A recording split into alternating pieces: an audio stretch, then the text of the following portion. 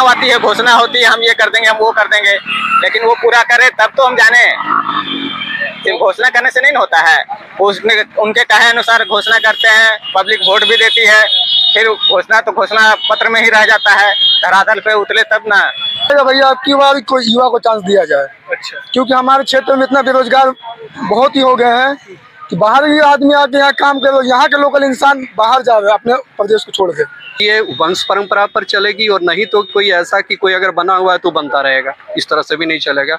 अगर मुख्यतः उसका देखा जाएगा कि किस तरह की उनकी शिक्षा है, किस तरह का वो काम करते हैं, उनका व्यक्तित्व कैसा है और उन्होंने जो है अपने इन क्षेत्र के लिए इससे पहले क्या किए। हम हैं बोकारो के बेरमो विधानसभा में, तो आइए जानते हैं जरामोड़ के लोगों से कि इस बार जो है बेरमो विधानसभा में क्या उनके प्रमुख मुद्दे हैं और वो किस प्रमुख मुद्दों में इस बार वोट करने वाले हैं। तो आइए करेंगे जनता से बातचीत। ठीक है, तो हमारे बस इतने मुद्दा रहेगा कि वह जो भी नेता बने हम युवाओं को ध्यान दें।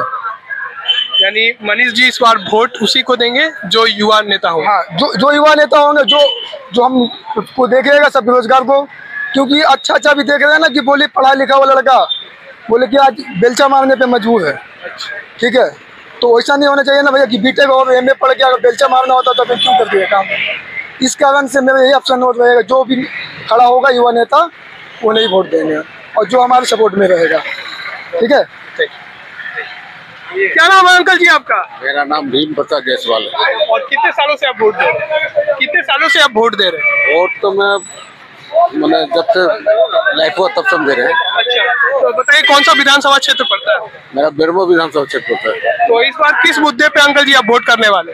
ये कौन कौन से मुद्दे रहेंगे जिनको आप ध्यान रखते हुए वोट करें?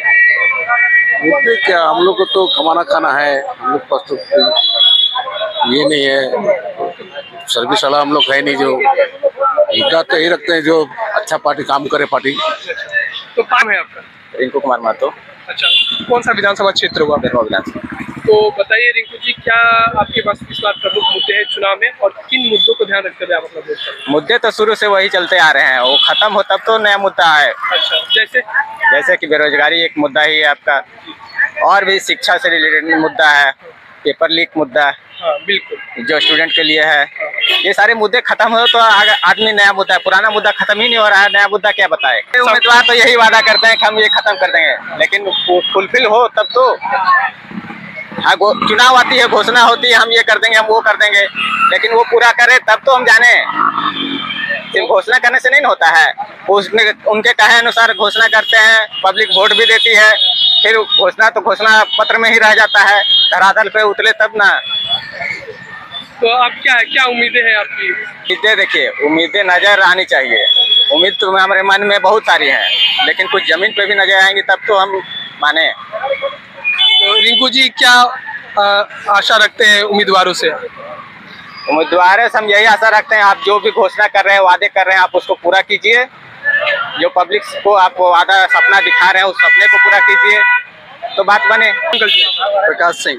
कौन सा विधानसभा क्षेत्र पड़ता है? बोकारो विधानसभा क्षेत्र। तो उत्तर देखिएगा। तो किन मुद्दों को ध्यान रखते हुए आप वोट करने वाले हैं इसमें? देखिए, मुद्दा सबसे मुख्य होना चाहिए कि यहाँ जो विस्थापितों का रोजगार का है ना, रोजगार पहला मुद्दा होना चाहिए। दूसरी बात है कि जो लॉ एंड ऑर्डर है वो किस तरह से हैंडल किया गया है यहाँ पर, है ना, विशेष तरह से पंचायती लेवल पर किस तरह का काम किया गया है, इन सब चीज़ों को देखते हुए ही उनको वोटिंग किया जाएगा यहाँ पर। चुनेंगे यानी अपने पूरा मन बनाने कि जो लॉ ऑर्डर और जो नौकरी की जो पंचायती व्यवस्था में जो पंचायती क्षेत्र हैं, हर एक पंचायत में जिनका जो विधानसभा क्षेत्र पड़ता है वहाँ किस तरह का उन्होंने विकास किया है, किस तरह का ध्यान दिया है। ऐसा नहीं कि अगर आप मान लीजिए कभी वहाँ पर नहीं गए, आप कैंडिडेट बने और फिर अभी आप चारों तरफ घूम रहे हैं, ठीक है, आप हमसे आके वोट मांग रहे हैं, तो इस पर वोटिंग नहीं होती है। वोटिंग होती है कि आपको पहचानते, कितना जानते हैं आपको, आपका क्या कैरेक्टर है, किस लेवल का आप काम करते हैं, क्या आपकी शिक्षा है ना। ना तो ये वंश परंपरा पर चलेगी और नहीं तो कोई ऐसा कि कोई अगर बना हुआ है तो बनता रहेगा, इस तरह से भी नहीं चलेगा। अगर मुख्यतः उसका देखा जाएगा कि किस तरह की उनकी शिक्षा है, किस तरह का वो काम करते हैं, उनका व्यक्तित्व कैसा है और उन्होंने जो है अपने इन क्षेत्र के लिए इससे पहले क्या किए, इन सब चीज़ों को देखते हुए वोटिंग किया जाएगा, ये एकदम निश्चित है। बेरोजगारी को लेकर ही वोट होना चाहिए। ना कि और कुछ को लेकर।